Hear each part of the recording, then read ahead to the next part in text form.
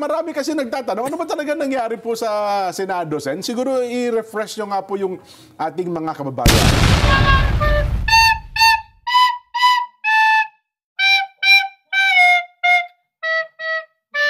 Kagaya nung nalalaman na ninyo at ang daming nagbibigay ng feedback sa akin, hindi lamang libo-libo, halos milyon-milyon na yata. Ay, opo, oo.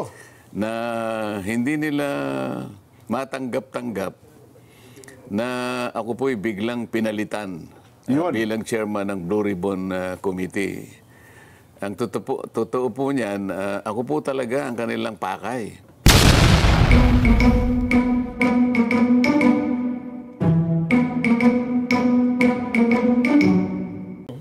Oo. Ang presidente po ng Senado, si Senator Chis Escudero, ay parang collateral damage lang po yun. So tama pa rin lumabas sa mga social media, Sen, na ang puntirya talaga kayo. Kasi hindi naman nila ako maalis kung hindi nila alisin yung puno. Ayun. Ganun po yung nangyari riyan. Oho. Ngayon, ang medyo hindi po ako nagsasabi nito. Ito po ay kinukonfirma ng napakarami pong mga kababayan natin na hindi po nila nagustuhan yung mabilisang pagpapalit ng liderato ng Blue Ribbon Committee. Lalong-lalo na po doon sa panig ng paglalahad na po ng katotohanan. Yung pag-iimbestiga na po sa kanila pong palagay, ay meron na po silang nakikinikinitang mga katotohanan na lalabas dyan. Papunta na po sa paghanap po natin ng kasagutan sa maanumalyang pagkakalatag ng mga proyekto na kung tawagin nga ay ghost project. Ayun. The distinguished gentleman from Bukidnon, Senator Mig Zubiri, is seeking the floor. I move that he be recognized, Mr. President. The Honorable Mig Zubiri is recognized. You may proceed, sir. Thank you very much, Mr. President. Mr. President, I would like to move to declare the position of the Senate President as vacant, Mr. President. Is there any objection? Hearing none, the motion is approved. Chair will suspend session and ask Senator Jingo Estrada to kindly ascend the rostrum and preside over the session. Senate session is suspended. Isang hindi inaasahang kaganapan ng yumanig sa Senado noong ika-9 ng Setyembre.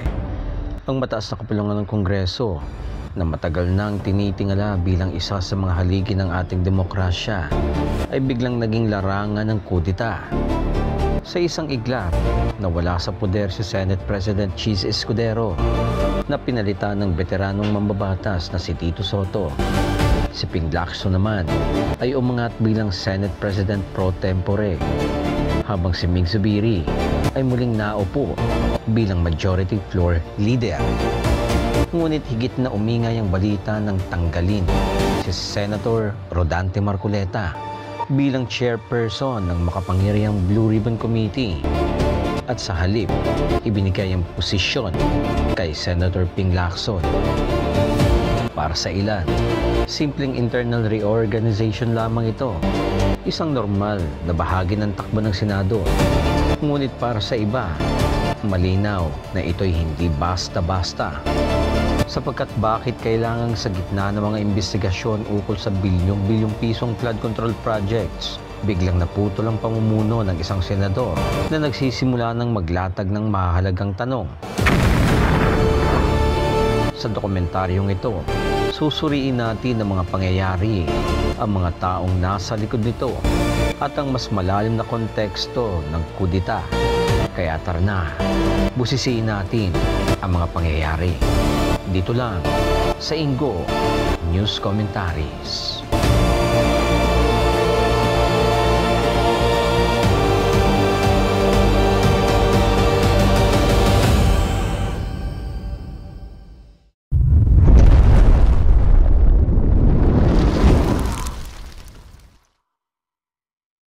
Please raise your right hand and repeat after me.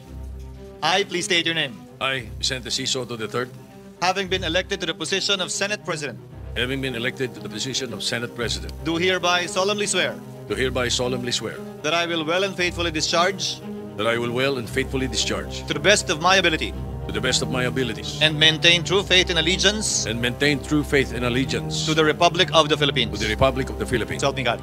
So help me God. Congratulations, citizen. Thank you, sir. Ang pagbagsak ni Senate President Cheese Escudero noong September 9 ay nagsimula sa isang simpleng mosyon. Ipinanukala ni dating Senate President Mig Zubiri na bakantihin ang posisyon ng Senate President. Isang hakbang na ikinabigla ng marami, lalo na't wala namang malinaw na senyales ng kaguluhan o krisis sa pamumuno ni Escudero. Naging mabilis ang takbo ng mga pangyayari. Sa boto ng 15 senador, tuluyang iniluklok si Tito Soto bilang bagong Senate President. Ngunit ang tunay na kontrobersya ay hindi natapos sa pagbagsak ni Escudero dahil sa parehong araw, natanggal din si Rodante Marcoleta bilang chairman ng makapangyarihang Blue Ribbon Committee. At kamakailan lamang ay sinimulan nitong busisiin ang mga aligasyon ng ghost projects at anomalya sa flood control programs ng gobyerno. Ayon sa ilang political observers, ang timing ng kudita ay hindi aksidente. Sa ilalim ng pamumuno ni Marcoleta, nagsimulang lumutang ang mga pangalan ni Representative Zaldico, ang dating chairman ng House Appropriations Committee, at Speaker Martin Romualdez, pinsang buo mismo ni Pangulong Ferdinand Marcos Jr. Ang dalawang ito ang sentro ng mga usaping may kinalaman sa bilyong-bilyong pisong pondo para sa flood control projects na di umano'y hindi naman nakikita sa aktual na mga komunidad na binabaha.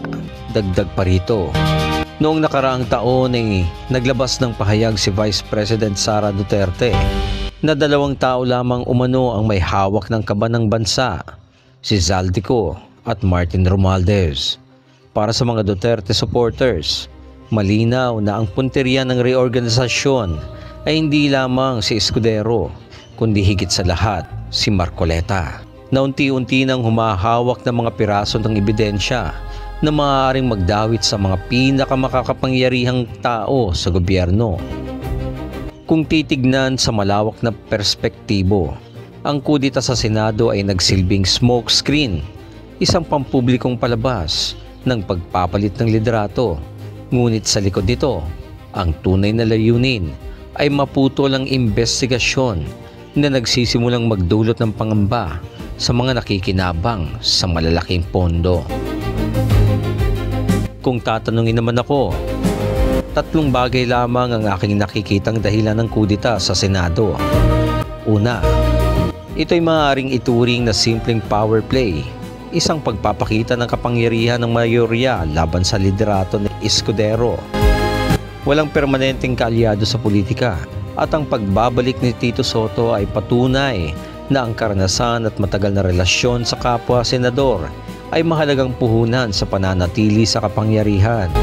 Ikalawa, ito'y malinaw na may kinalaman sa Blue Ribbon Committee.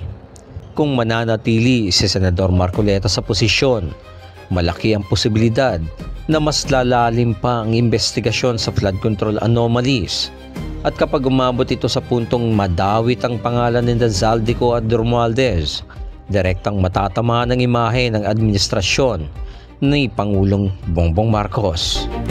Marami rin mga analysts ang nagsasabing bias di umano ang approach ni Senator Marcoleta sa paghawak ng investigasyon at parang ang target lamang nito ay ang mga kaalyado ng administrasyon at hindi isinali ang administrasyon ng dating Pangulong Duterte. Pero sa panig naman ng mga taong naniniwala at nagtitiwala kay Senador Marcoleta, tama ang kanyang ginagawa at nakalinya sa transparency ang kanyang investigasyon at naipapaliwanag ng senador ng maayos ang mga bagay-bagay. Kaya malamang di umano'y kinaiinggitan lang ito ng mga kapwa niya senador. Ikatlo, hindi maiiwasan ang tanong, may basbas ba ito ng ating Pangulo? Kung oo, malinaw na ito ay isang galaw upang protektahan ang kanyang pinakamalapit na kaalyado. Kung hindi naman, nakakaalarma na kayang magpatalsik ng 15 senador at baguhin ang buong liderato ng Senado nang walang kumpas ng Malacanang. Para sa akin, Ang pahayag ni VP Sara Duterte ay isang mahalagang clue kapag mismong ang pangalawang pangulo ng bansa ang nagsasabing 2 tao lamang ang may hawak ng kaban ng bayan.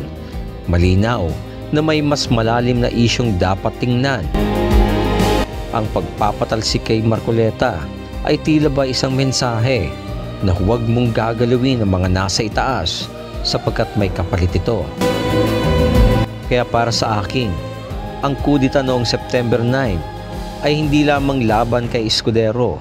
Ito ay isang kudita laban sa transparency, laban sa accountability, at laban sa sinumang magtatangkang ilantad ng katotohanan sa likod ng flood control scandal na ito.